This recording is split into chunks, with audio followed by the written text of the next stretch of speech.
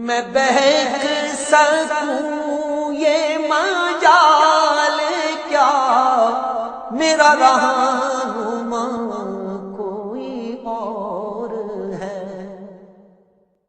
نحمدہ و نصلی علی رسولہ النبی الکریم الامین، اما بعد فاعوذ باللہ السمیع العلیم من الشیطان الرجیم، بسم اللہ الرحمن الرحیم۔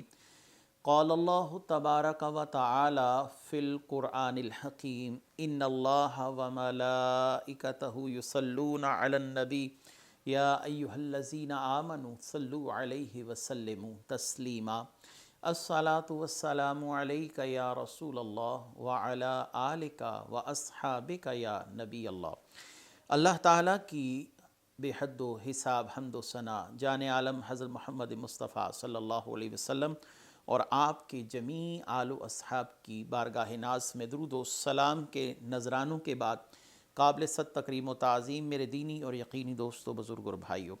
تفسیر اعجاز القرآن کا اگلا درس اس کے ساتھ حاضر خدمت ہیں، اور آج انشاءاللہ العزیز سورہ فرقان کے 6ویں رکوع کی تفسیر بیان کی جائے گی۔ اس کے ساتھ ساتھ یہ 19ویں پارے کا 4تھا رکوع ہوگا اور آیت کا نمبر شمار ہے 61۔ اللہ تعالیٰ ارشاد فرماتے ہیں، تبارک الذی جعل فی السماء بروجا وجعل فیہا سراجا وقمرا منیرا۔ بڑی برکت والا ہے وہ جس نے آسمان میں برج بنائے اور ان میں چراغ اور روشن کرنے والا چاند بنایا۔ اس آیت کی تفسیر میں سیدنا عبداللہ بن عباس صحابی رسول کیا ارشاد فرماتے ہیں؟ وہ فرماتے ہیں کہ بروج سے مراد 7 ستاروں کی منزلیں ہیں اور ان کے مقامات ہیں، اور ان برجوں کی تعداد 12 ہے، جیسا کہ حمل، ثور، جوزہ، سرطان، اسد، سنبلہ، میزان، عقرب، قوس، جدی، دلو اور آخری حوت۔ مریخ کے برج حمل اور عقرب ہیں، زہرہ کے ثور اور میزان، عطارد کے جوزہ اور سنبلہ، چاند کا برج سرطان ہے، سورج کا اسد، مشتری کا قوس اور حوت، اور زحل کے جدی اور دلو ہیں۔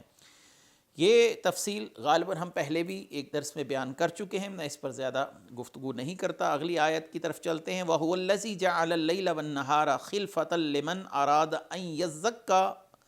يَذَّكَّرَ أَوْ أَرَادَ شَكُورًا، اور وہی ہے جس نے رات اور دن کو ایک دوسرے کے پیچھے آنے والا بنایا۔ یہ اس کی نشانیاں ہیں جو نصیحت حاصل کرنا چاہتا ہے یا جو اللہ کا شکر ادا کرنا چاہتا ہے۔ اس آیت کی اصل میں مختلف نوعیتوں سے 3 تفاسیر بیان کی گئیں، اور جو ان میں آسان فہم تفسیر ہے، دوسری تفسیر میں وہ بیان کر دیتا ہوں کہ اللہ وہی ہے جس نے رات اور دن میں ایسا نظام قائم کیا، جب رات آتی ہے تو دن چلا جاتا ہے، دن نہیں ٹھہرتا، اور جب دن آتا ہے تو رات چلی جاتی ہے، اور اس نے کوئی دن ایسا نہیں بنایا جس کے لیے رات نہ ہو، اور کوئی رات ایسی نہیں بنائی جس کے لیے دن نہ ہو۔ اور یہ دن اور رات کا آنا جانا یہ اللہ کی نشانیوں میں سے لوگوں کے لیے سالوں کا تعین، دنوں کا تعین، مہینوں اور ہفتوں کا تعین، انسان کی زندگی کے معاملات۔ بچوں کو آپ دیکھتے ہیں کہ اکثر ہم گرمیوں میں ان کے لیے ایام تعطیلات ہیں، عید کے دن ہیں، خوشی غمی کے ہمارے ایام ہیں، یہ تمام کے تمام معاملات کا تعین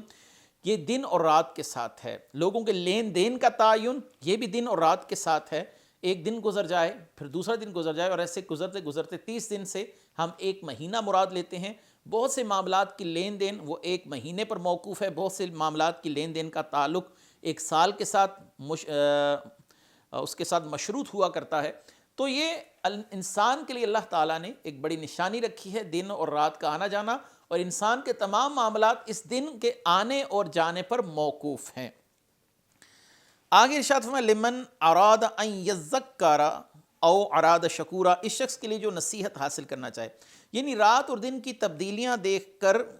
اور ان کا ایک دوسرے کے قائم مقام ہونا، یعنی رات کا آنا پھر دن کا جانا، دن کا اس کی جگہ پر آ جانا پھر رات کا چلا جانا، یہ اللہ کی قدرت اور حکمت کی نشانی، اللہ تعالیٰ کی نعمتوں اور اس کی بنائی ہوئی چیزوں میں غور و فکر کر کے نصیحت حاصل کرنے والوں کے لیے اس میں واضح نشانیاں ہیں۔ جو غور و فکر کرے گا تو وہ ان میں اللہ تعالیٰ کی واضح نشانیوں کو پائے گا، اور اس کا دل گواہی دے گا، اس کا وجدان گواہی دے گا، اس کا ذہن اس طرف جائے گا کہ کوئی تو ہے اس بہترین نظام کو چلانے والا، اور جو مکمل قدرت رکھتا ہے، کامل حکمت والا ہے، جو واجب بذات ہے، بندوں پر رحم اور کرم فرمانے والا ہے، اور لوگوں کے لیے جو تمام معاملات ہیں ان کا بآسن انداز کفالت کرنے والا ہے۔ یہ تمام کی تمام باتیں انسان کو دعوت فکر دیتی ہیں کہ رب کریم وہ ہے جس نے تمہارے لیے تمام معاملات کے اندر آسانیاں رکھی۔ آگے اللہ تعالیٰ نے 12 اوصاف بیان فرمائے ہیں اہل ایمان کے۔ ان میں پہلا وصف کیا ہے؟ اگلی آیت ہے وَعِبَادُ الرَّحْمَنِ الَّذِينَ يَمْشُونَ عَلَى الْأَرْضِ حَوْنًا وَإِذَا خَاطَبَهُمُ الْجَاهِلُونَ قَالُوا السَّلَامَ۔ رحمان کے وہ بندے جو زمین پر آہستہ چلتے ہیں اور جب جاہل ان سے بات کرتے ہیں تو کہتے ہیں بس سلام۔ عباد الرحمن، رحمان کے وہ بندے، یعنی پچھلی آیات میں کفار اور منافقین کے حال احوال کا تذکرہ ہے، پھر دعوت فکر دی گئی، اب اللہ تعالیٰ یہاں پر اطاعت گزار بندوں کے 12 احوال بیان فرما رہے ہیں۔ وہ 12 کیا ہیں؟ وہ زمین پر آہستہ چلتے ہیں، اکڑ کر نہیں چلتے۔ جب ان سے بات کی جائے تو جہلاء کو کہتے ہیں سلام۔ یہاں پر مراد سلام میں متارکت ہے، یعنی ان سے زیادہ کلام نہیں کرتے۔ اور تیسرا وصف ہے کہ وہ اپنے رب کے لیے سجدے اور قیام کی حالت میں راتوں کے اوقات گزارتے ہیں۔ چوتھا یہ ہے کہ جہنم کا عذاب پھر جانے کی اللہ سے دعائیں کرتے ہیں، یعنی اپنی عبادت پر بھروسہ نہیں کرتے، اللہ کے فضل کی ہر وقت دعا طلب کرتے ہیں۔ اعتدال سے خرچ کرتے ہیں، نہ حد سے زیادہ بڑھتے ہیں، نہ تنگی کرتے ہیں۔ اور 6واں یہ ہے کہ اللہ کے ساتھ کسی دوسرے کو معبود نہیں کرتے۔ اور 7واں یہ ہے کہ جس جان کو ناحق قتل کرنا اللہ تعالیٰ نے حرام فرمایا وہ اسے قتل نہیں کرتے۔ اور 8واں یہ ہے کہ بدکاری نہیں کرتے۔ 9واں یہ ہے کہ جھوٹی گواہی نہیں دیتے۔ 10واں یہ ہے کہ جب کسی بیہودہ مجلس کے پاس سے گزرتے ہیں تو اپنی عزت سنبھالتے ہوئے گزر جاتے ہیں، اور جہلاء اور لغو گفتگو کرنے والوں سے اپنے دامن کو بچائے ہوئے رہتے ہیں۔ اور 11واں یہ کہ جب انہیں رب کی آیتوں کی طرف نصیحت کی جاتی ہے تو ان پر بہرے اور اندھے اور بہرے ہو کر نہیں گرتے، یعنی ہر چیز کو ایسے نہیں سنتے کہ وہ ان کو سمجھ سے بالا تر ہو۔ جب اللہ کی آیات پڑھی جائیں تو غور و فکر سے سنتے ہیں اور اپنے دل کو تفکر میں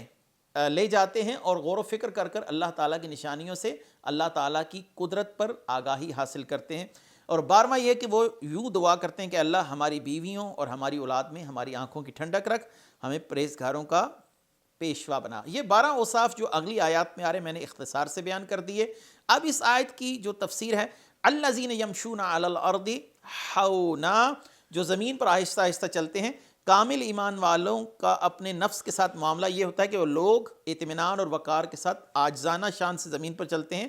تکبر نہیں کرتے، یعنی یہ انداز جو اللہ کو پسند نہیں ہے اس سے اجتناب کرتے ہیں۔ اللہ تعالیٰ نے اس کا تذکرہ سورہ بنی اسرائیل میں آیت نمبر 73 میں بھی ارشاد فرمایا کہ وہ زمین پر اتراتے ہوئے نہیں چلتے۔ اگر کوئی اترا کر چلے تو اس سے یہ ہرگز نہیں کہ وہ زمین کو پھاڑ دے گا، اور نہ ہی ہرگز وہ آسمان کی بلندیوں کو یا پہاڑوں کی چوٹیوں کو چھو لے گا۔ اس کا اکڑ کر چلنا اس کے لیے وبال جان ہے، اس سے نہ زمین پر کوئی فرق پڑے گا نہ ہی پہاڑوں پر کوئی فرق پڑے گا۔ رسول اللہ صلی اللہ علیہ وسلم کا چلنا انتہائی سکون کے ساتھ تھا۔ آپ صلی اللہ علیہ وسلم انتہائی اطمینان، عاجزی، انکساری اور سکون کے ساتھ آپ چلا کرتے تھے۔ حضرت عبداللہ بن عباس کی روایت ہے کہ رسول اللہ صلی اللہ علیہ وسلم نے ارشاد فرمایا، تمہارے لیے سکون سے چلنا یہ ضروری ہے، کیونکہ دوڑنے میں کوئی نیکی نہیں۔ اور مفسرین نے لکھا جو شخص دوڑتا ہے یا بہت تیزی سے چلتا ہے تو اس کا وقار جو ہے وہ ختم ہو جاتا ہے، لوگوں کی نظر میں اس کا جو ایک تعظیم اور تکریم والا معاملہ ہے اس میں حرج واقع ہوتا ہے۔ آگے فرمایا وَإِذَا خَاطَبَهُمُ الْجَاهِلُونَ، جب جاہل ان سے بات کرتے ہیں۔ یہاں پر یہ بیان ہوا کہ کامل ایمان والے دوسروں کے ساتھ کیسے پیش کر آتے ہیں۔ چنانچہ ارشاد فرمایا جب جاہل ان سے بات کرتے ہیں اور کوئی ناگوار کلمہ یا بیہودہ بات یا ادب و تہذیب کے خلاف بات ان سے کی جاتی ہے اہل ایمان سے، تو وہ پس سلام کہتے ہیں۔ اس سے مراد ہے سلام متارکت، یعنی تم اپنا کام کیے جاؤ اور ہمیں ہماری راہ پر چھوڑ دو۔ یا ایک تفسیر یہ ہے کہ سلام سے مراد اللہ کا ذکر ہے، کیونکہ اللہ کا نام بھی سلام ہے، تو مراد یہ ہے کہ ایسی محافل اور مجالس کے پاس سے گزرتے ہوئے اللہ کا ذکر کرتے ہوئے ان لغو گفتگوؤں سے اجتناب کرتے ہوئے گزر جاتے ہیں، وہ ان محافل کا حصہ نہیں بنتے۔ تو بہرحال یہاں پر یہی اس بات کا خلاصہ ہے کہ اہل ایمان بیہودہ فحش محافل مجالس کا حصہ نہیں بنتے، اپنے کردار کو ان عیب دار چیزوں سے بچا کے رکھتے ہیں۔ اور یہاں سے یہ ہے کہ وَإِذَا خَاطَبَهُمُ الْجَاهِلُونَ، جب جاہل ان سے مخاطب ہوتے ہیں، تو یہاں سے یہ بات بھی سمجھ لیجئے کہ جب کسی معاملے میں کوئی جاہل جھگڑا کرنا شروع کر دے تو اس سے اعراض کرنا چاہیے، کیونکہ اہل علم کو تو بات سمجھانا آسان ہے، لیکن کسی جاہل کو بات سمجھانا یہ انتہائی مشکل ہے۔ اگلی آیت وَالَّذِينَ يَبِيتُونَ لِرَبِّهِمْ سُجَّدًا وَقِيَامًا، جو اپنے رب کے لیے سجدے اور قیام کی حالت میں رات گزارتے ہیں۔ یہاں پر یہ فرمایا گیا کہ ان کے بدن جو ہیں وہ اپنے بستروں سے جدا رہتے ہیں۔ اللہ نے سورہ سجدہ میں اور سورہ زاریات میں بھی اہل ایمان کے اس وصف کی تعریف فرمائی ہے۔ تَتَجَافَى جُنُوبُهُمْ عَنِ الْمَضَاجِعِ يَدْعُونَ رَبَّهُمْ خَوْفًا وَطَمَعًا وَمِمَّا رَزَقْنَاهُمْ يُنْفِقُونَ، ان کی کروٹیں ان کی خوابگاہوں سے جدا رہتی ہیں، وہ ڈرتے ہیں اور امید کرتے ہیں، اپنے رب کو پکارتے ہیں اور ہمارے دیے ہوئے میں سے خیرات کرتے ہیں۔ اس آیت میں اللہ تبارک و تعالیٰ نے اہل ایمان کے اوصاف میں ایک وصف یہ بیان فرمایا کہ وہ نفلی عبادات ضرور کرتے ہیں، فرض نمازیں تو اپنی جگہ پر، لیکن راتوں کو اٹھ کر قیام لیل ان کا معمول ہے۔ اور رات کی عبادت اس لیے بھی فضیلت رکھتی ہے کیونکہ اس میں شور و غل نہیں ہوتا اور اس میں ریا کا امکان نہیں ہوتا کہ لوگ مجھے دیکھ رہے ہیں، اس لیے عبادت انسان دل جمعی کے ساتھ کرتا ہے، خلوص کے ساتھ کرتا ہے، اور وہ یہ جانتا ہے کہ اس وقت میں تنہا اپنے رب کے ساتھ مشغول ہوں، اپنے رب کی بارگاہ میں مناجات کر رہا ہوں۔ تو ایسی عبادت میں اخلاص زیادہ ہوتا ہے جو انسان تنہائی میں کرتا ہے اور اس اوقات میں کرتا ہے جب اسے دیکھنے والا کوئی نہ ہو۔ تو اللہ تبارک و تعالیٰ نے سورہ مزمل آیت نمبر 6 میں بھی فرمایا کہ یہ جو فوائد ہیں رات کو کھڑے ہونے کے وہ کیا ہیں؟ إِنَّ نَاشِعَةَ اللَّيْلِ هِيَ أَشَدُّ وَطْئًا وَأَقْوَمُ قِيلًا، بے شک رات کو قیام کرنا زیادہ موافقت کا سبب ہے اور بات خوب سیدھی نکلتی ہے۔ تو ہمارے اکابرین میں یہ تھا کہ وہ راتوں کو اللہ کی عبادت میں کسی قسم کی کوتاہی نہیں کرتے۔ سیدہ رابعہ بصریہ رضی اللہ تعالی عنہا، آپ ساری رات قیام کرتی، اور جب دل میں گماں آتا کہ رات کو سونا چاہیے تو خود سے خود مخاطب ہو کر کہتی کہ اے نفس تو کتنا سوئے گا اور کتنا جاگے گا، ان قریب تم ایسی نیند سو جاؤ گے کہ اس کے بعد پھر بیداری قیامت کی صبح ہی ہوگی، یعنی اس کے بعد پھر صبح ہماری قیامت کے دن ہی ہوگی۔ اس لیے نصیحت حاصل کرنی چاہیے اور رات کی جو عبادت ہے اس کا معمول رکھنا چاہیے۔ اگلی آیت والذین یقولون ربنا اصرف عنا عذاب جہنم ان عذابها کان غراما انها ساعت مستقرا ومقاما، اور جو عرض کرتے ہیں اے ہمارے رب ہم سے جہنم کا عذاب پھیر دے، بے شک اس کا عذاب گلے کا پھندا ہے، بے شک وہ بہت ہی بری ٹھہرنے اور قیام کرنے کی جگہ ہے۔ کامل ایمان والوں کی شب بیداری اور عبادت کا ذکر کرنے کے بعد اس آیت اور اس کی بعد والی آیت میں اللہ تعالیٰ نے اہل ایمان کی ایک دعا کا تذکرہ فرمایا، یا اللہ ہمیں جہنم کے عذاب سے خلاصی فرما۔ تو یہاں پر ایک بات جو ہمیں سمجھ آتی ہے اور جو نظر آ رہی ہے کہ اہل ایمان اپنی عبادت پر بھروسہ نہیں کرتے اور اللہ تعالیٰ کی رحمت اور اللہ کے فضل کے طالب رہتے ہیں، یا اللہ ہم سے جہنم کا عذاب پھیر دے۔ وہ جانتے ہیں کہ وہ چاہے تو ایک لمحے میں انسان کی ساری زندگی کی عبادات کو رائیگاں کر دے، اگر وہ چاہے تو زندگی بھر کے کسی ایک سجدے کو قبول نہ کرے۔ تو اللہ تعالیٰ کے فضل کے طالب، یا اللہ ہمیں جہنم کے عذاب سے خلاصی عطا فرما۔ اصل میں یہاں پر اپنے کسب پر نہیں، اللہ کے فضل پر بھروسہ کیا جا رہا ہے، اور اللہ تعالیٰ سے ڈر جو ہے یہ عبادت کا مغز ہے، عبادت کی شان ہے، عبادت کی زینت ہے کہ اللہ سے ڈرنا چاہیے۔ ہر عبادت کے لیے یہ ذہن رکھنا چاہیے کہ ممکن ہے وہ رب کریم میری عبادت کو قبول نہ فرمائے۔ اصل میں ایمان نام ہے رجا اور خوف دونوں کے درمیان رہنے کا۔ اگلی آیت اللہ تعالیٰ ارشاد فرماتے ہیں والذین اذا انفقوا لم یسرفوا ولم یقتروا وکان بین ذلک قواما، اور وہ لوگ کہ جب خرچ کرتے ہیں تو حد سے نہیں بڑھتے اور نہ تنگی کرتے ہیں اور ان دونوں کے درمیان اعتدال رکھتے ہیں۔ اب یہاں پر ہے کہ پیسہ اللہ کی نعمت ہے اور اس کو خرچ کرنے میں اعتدال ضروری ہے، نہ حد سے زیادہ نہ حد سے کم۔ صحابہ اکرام رضوان اللہ تعالیٰ علیہم اجمعین کی زندگیوں کے معمول، بالخصوص حضرت عمر فاروق رضی اللہ تعالیٰ عنہ کی زندگی کے معمولات اگر اس آیت کی تشریح میں بیان کیے جائیں تو وہ زیادہ مناسب ہوگا، آپ کو آیت کی تفسیر سمجھنے میں آسانی ہوگی۔ یعنی جتنا ضروری سمجھتے تھے، جو انتہائی اشد ضروری تھا، صرف دنیا سے وہی حصہ لیا کرتے تھے۔ حضرت عمر فاروق رضی اللہ تعالیٰ عنہ کا معمول تھا کہ آپ روٹی کے ساتھ، ایک وقت تھا جب صرف گھی لگا کر کھاتے تھے، اور اس کے بعد وہ وقت آیا کہ آپ نے گھی بھی چھوڑ دیا، آپ صرف روٹی کے ساتھ زیتون کا تیل جو ہے وہ لگا کر کھایا کرتے تھے۔ لوگوں نے کہا کہ آپ تو حکمران ہیں، اور حضرت ابو موسیٰ اشعری اہل بصرہ کے ساتھ آپ کی خدمت میں آئے۔ کتاب الزہد میں امام محمد بن حنبل رحمۃ اللہ علیہ نے یہ واقعہ لکھا کہ آپ تو ہمارے سربراہ ہیں، امیر المومنین ہیں، آپ کے لیے تو اچھا کھانا یہ کوئی معاملہ ہی نہیں، آپ کے لیے آسانی ہے، سہولت ہے، اور آپ کے لیے رخصت ہے، آپ کھا سکتے ہیں۔ تو آپ نے فرمایا میں اس آیت کو جب پڑھتا ہوں تو خوف زدہ ہو جاتا ہوں، اذھبتم طیباتکم فی حیاتکم الدنیا واستمتعتم بہا، تم اپنے حصے کی چیزیں اپنی دنیا ہی کی زندگی میں فنا کر چکے ہو اور ان سے فائدہ اٹھا چکے ہو۔ یعنی قیامت کے دن ایسے لوگ جنہوں نے زندگی کے اندر آسائشیں، سہولتیں، اچھی طرح کے انواع و اقسام کے کھانے کھا لیے، قیامت کے دن ان کے رزق میں، ان کے پہناوے میں اور ان کے معاملات میں اتنی ہی کمی نظر آئے گی۔ حضرت عمر فاروق رضی اللہ تعالیٰ عنہ فرماتے ہیں اس آیت نے مجھے برانیختہ کیا ہے کہ میں دنیا سے اپنے لیے کم سے کم نفع حاصل کروں، تاکہ قیامت کے دن مجھے زیادہ سے زیادہ نفع میسر آ سکے۔ صحابہ اکرام کا معاملہ یہ تھا کہ وہ مباحات کو بھی ایسے ترک کر دیا کرتے تھے جیسے ہم جیسے انسان حرام کو ترک کر دیتے ہیں۔ وہ اللہ سے ڈرتے تھے، اور حرام چیزوں سے اجتناب کرنا یہ تو تھا ہی تھا، لیکن وہ مباحات سے بھی دور رہا کرتے تھے۔ حضرت ابو بکر صدیق رضی اللہ تعالیٰ عنہ کا مشہور قول ہے، جو کہ غوث اعظم نے فتح الغیب میں بھی لکھا، کہ ہم حرام کے خوف سے 70 مباحات سے بھی اجتناب کرتے ہیں، خود کو دور رکھتے ہیں۔ تو امام غزالی رحمۃ اللہ علیہ کیا فرماتے ہیں کہ جس قدر تم لوگ فراغی پر خوش ہوتے ہو، صحابہ اسی قدر آزمائشوں اور فقر پر خوش ہوا کرتے تھے۔ اگر تم انہیں دیکھ لیتے تو کہتے یہ مجنون ہے، اگر وہ تمہارے بہترین لوگوں کو دیکھتے تو وہ کہتے ان کا کوئی اخلاق نہیں، اگر وہ تم میں سے برے لوگوں کو دیکھتے تو کہتے ان کا قیامت کے دن پر ایمان نہیں۔ ان میں سے ہر شخص پر مال حلال پیش کیا جاتا تو وہ نہ لیتا اور کہتا مجھے اپنے دل کے خراب ہونے کا خوف ہے۔ یعنی دنیاوی مال سے صحابہ کرام اس قدر اجتناب کرنے والے تھے، حالانکہ یہ حلال ہے، اور اس قدر اجتناب کی وجہ یہ بھی تھی کہ قیامت کے دن اللہ تعالیٰ ہمارے رزق حلال میں اتنی ہی کمی پیدا فرما دے گا جتنا ہم دنیا میں رزق حلال خرچ کر چکے ہیں۔ جیسا کہ سورہ الاحقاف کی آیت نمبر 20 کے حوالے سے میں نے حضرت عمر فاروق رضی اللہ تعالیٰ عنہ کا واقعہ بھی آپ کے سامنے پیش کیا۔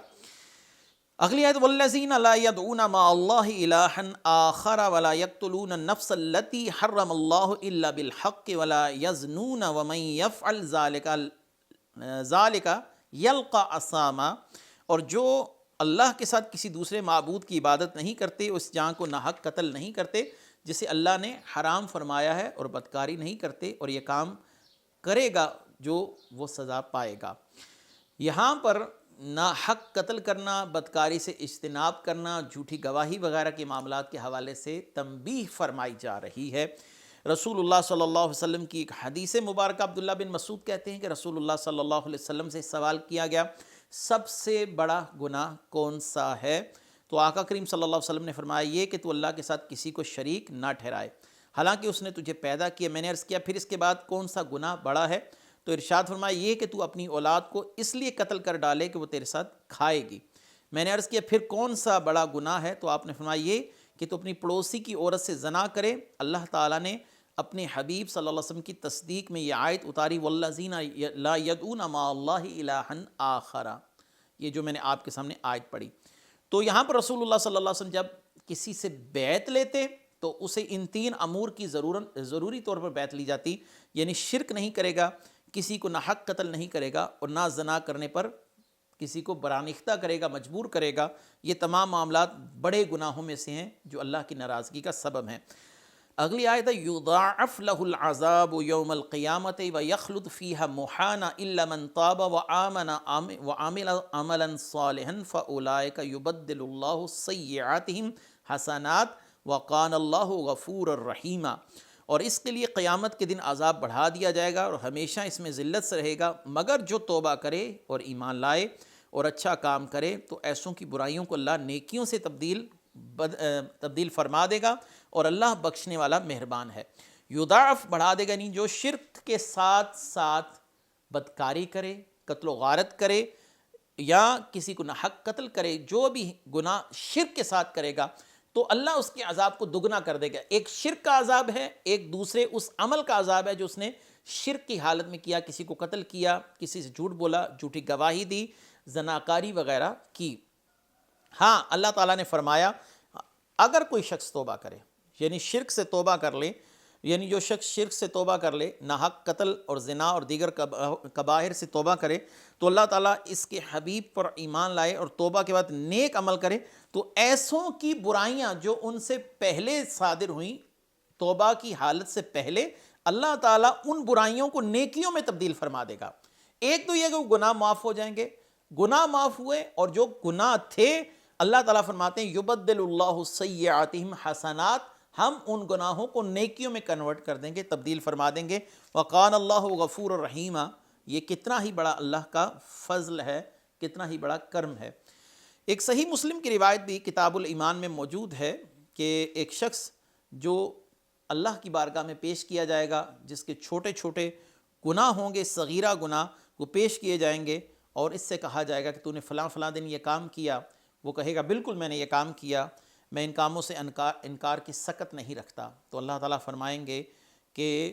اس کے ان تمام گناہوں کو نیکیوں میں بدل دیا جائے۔ وہ خود ہی فرمائے گا، وہ خود ہی کہے گا یا اللہ میرے بڑے گناہ کہاں گئے؟ تو جب رسول اللہ صلی اللہ علیہ وسلم یہ حدیث بیان فرماتے تو آپ کے چہرے اقدس پر تبسم آ جاتا، آپ مسکراتے، یعنی اللہ کا فضل اتنا وسیع ہے، اتنا وسیع ہے کہ وہ انسان کے گناہوں کو نیکیوں میں تبدیل فرما دیتا ہے۔ یہ اللہ تعالیٰ کا بڑا ہی وسیع فضل ہے اس آیت کے اندر۔ اور جیسا کہ میں نے یہ صحیح مسلم کی روایت پڑھی، اگلی آیت وَمَن تَابَ وَعَمِلَ صَالِحًا فَإِنَّهُ يَتُوبُ إِلَى اللَّهِ مَتَابًا، جو توبہ کرے اور اچھے کام کرے تو اللہ کی طرف ایسا ہی رجوع کرتا ہے جیسا کرنا چاہیے۔ یعنی جو شخص اپنے گناہوں سے توبہ کرے اور اچھے کام کرے وہ اللہ کی طرف ایسے ہی رجوع کرتا ہے جیسے کرنا چاہیے، کیونکہ ایسا رجوع اللہ کا پسندیدہ ہے، گناہوں کو مٹانے والا ہے اور ثواب حاصل کرنے والا ہے۔ رجوع سے مراد یہ ہے کہ سچے دل سے اس کام کو نہ کرنے کا عہد کیا جائے، جو کیا اس پر شرمندگی اور اظہار ندامت ہو، اور جو مستقبل میں اس کا ذہن ہے کہ میں آئندہ سے اس کام کو نہیں کروں گا۔ اور اللہ تعالیٰ سورہ تحریم آیت نمبر 2 میں فرماتے ہیں اے ایمان والو ایسی توبہ کرو جس کے بعد گناہ کی طرف لوٹنا نہ ہو، یعنی مستقبل میں تم اس گناہ کے قریب بھی نہ جانے کا تصور رکھو۔ قریب ہے کہ تمہارا رب تمہاری برائیاں تم سے مٹا دے گا اور تمہیں باغوں میں لے جائے گا جن کے نیچے نہریں بہتی ہیں۔ اگلی آیت ہے والذین لا یشہدون الزور واذا مروا باللغو مروا کراما، اور جو جھوٹی گواہی نہیں دیتے جب کسی بیہودہ بات کے پاس سے گزرتے ہیں تو اپنی عزت سنبھالتے ہوئے گزرتے ہیں۔ یعنی کامل ایمان والے گواہی دیتے وقت جھوٹ نہیں بولتے، اور جھوٹ بولنے والوں کو مجلس سے علیحدہ رہتے ہیں، ان کے ساتھ میل جول نہیں رکھتے۔ جھوٹی گواہی کے حوالے سے رسول اللہ صلی اللہ علیہ وسلم نے ارشاد فرمایا کبیرہ گناہ یہ ہیں اللہ کے ساتھ کسی کو شریک ٹھہرانا، ماں باپ کی نافرمانی کرنا، کسی کو ناحق قتل کرنا، اور کسی کے حق میں جھوٹی گواہی دینا، یعنی کسی کے لیے جھوٹی گواہی دینا۔ وَإِذَا مَرُّوا بِاللَّغْوِ، جب کسی بیہودہ بات کے پاس سے گزرتے ہیں، جب وہ کسی لغو اور باطل کام میں مصروف لوگوں کے پاس سے گزرتے ہیں تو اپنی عزت سنبھالتے ہوئے گزرتے ہیں اور اپنے آپ کو لہو و لعب میں ملوث ہونے سے بچاتے ہیں، ایسی مجالس سے اعراض کرتے ہیں۔ رسول اللہ صلی اللہ علیہ وسلم نے بری محافل و مجالس کی مثال ایک لوہار سے تشبیہ کے طور پر بیان فرمائی ہے کہ اگر کوئی شخص کسی لوہار کی بٹھی کے پاس چلا جائے تو وہ اگرچہ وہاں پر اس سے کوئی مفاد حاصل نہ بھی کرے، لیکن جتنی دیر بیٹھے گا گرمی میں سلگتا رہے گا اور پسینے کی بدبو سے تکلیف محسوس کرے گا۔ برے لوگوں میں جا کر انسان اگرچہ بری گفتگو نہ بھی کرے، لیکن جتنی دیر بیٹھے گا سننے کی وجہ سے گناہ گار ہوگا، اور اس کے دل میں ان گفتگوؤں کی وجہ سے مختلف وسواس پیدا ہوں گے جو آگے چل کر اس کے لیے کسی خطرے کا پیش خیمہ ثابت ہو سکتے ہیں۔ اگلی آیت والذین اذا ذکروا بآیات ربہم لم یخروا علیہا صما وعمیانا، اور وہ لوگ کہ جب انہیں ان کے رب کی آیتوں کی طرف نصیحت کی جاتی ہے تو ان پر بہرے اور اندھے ہو کر نہیں گرتے۔ یعنی جب یہ ہے کہ ان پر قرآن کی آیات تلاوت کی جائیں تو وہ ان آیات کو گونگے اور بہروں کی طرح نہیں سنتے، یعنی اس پر اثر ہی نہ ہو، وہ جب سنتے ہیں تو کانوں سے مکمل طور پر توجہ کے ساتھ اس کو سماعت کرتے ہیں، دلوں میں اس چیز کو جگہ دیتے ہیں، غور و فکر کرتے ہیں کہ اللہ تعالیٰ اس آیت کے اندر کیا فرما رہے ہیں، کیونکہ اللہ نے سورہ محمد میں فرمایا افلا یتدبرون القرآن ام علی قلوب مقفالھا، کیا ان کے دلوں پر تالے لگے ہوئے ہیں، یہ قرآن میں غور و فکر نہیں کرتے؟ تو یہاں پر بھی یہی ہے کہ مومن قرآن میں غور و فکر کرتے ہیں، وہ اندھے اور بہرے ہو کر قرآن نہیں سنتے، کوئی پڑھ رہا ہے تو یہاں سے سنا اور یہاں سے نکال دیا، قرآن نے ان پر اثر ہی کوئی نہ کیا، قرآن کی آیتوں کو ایسے دیکھا کہ بس ایک نظر ماری اور گزر گئے، ایسا مومنین کا طریقہ کار نہیں ہوا کرتا، مومن کا اخلاق ایسا نہیں ہوا کرتا، وہ قرآن کی آیتیں سنتا بھی ہے، غور و فکر بھی کرتا ہے اور ان پر عمل کرنے کی کوشش بھی کرتا ہے۔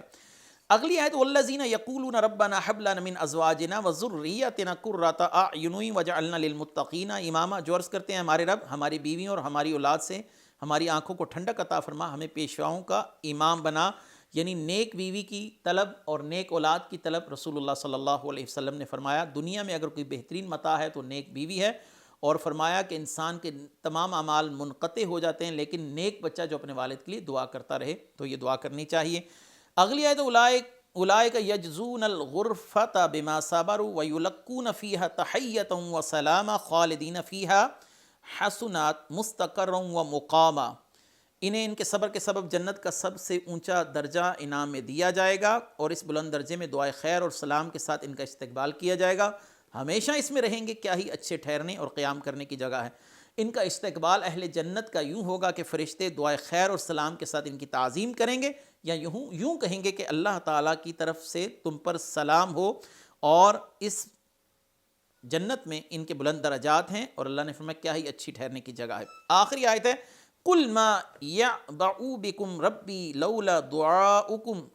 فَقَدْ كَذَّبْتُمْ فَسَوْفَ يَكُونُ لِزَامًا، تم فرماؤ میرا رب تمہاری کوئی قدر نہیں فرمائے گا اگر تم اس کی عبادت نہ کرو، تو تم نے جھٹلایا تو اب عذاب تم پر ہمیشہ رہے گا۔ اے محبوب آپ اہل مکہ سے فرما دیجئے اللہ نے تمہیں اپنی اطاعت اور عبادت کے لیے پیدا فرمایا، اگر تم نے اس کی عبادت نہ کی تو تمہارے کسی نیک عمل کی قدر نہیں کی جائے گی۔ اس کے ساتھ ہی یہ ہماری آج کی سورہ فرقان کا درس ختم ہوا۔ اگلا درس ہمارا سورہ شعراء کی ابتدا اس کے تعارف کے ساتھ ہوگا۔ وآخر دعوانا ان الحمد للہ رب العالمین۔ میں بہک سکوں یہ مجال کیا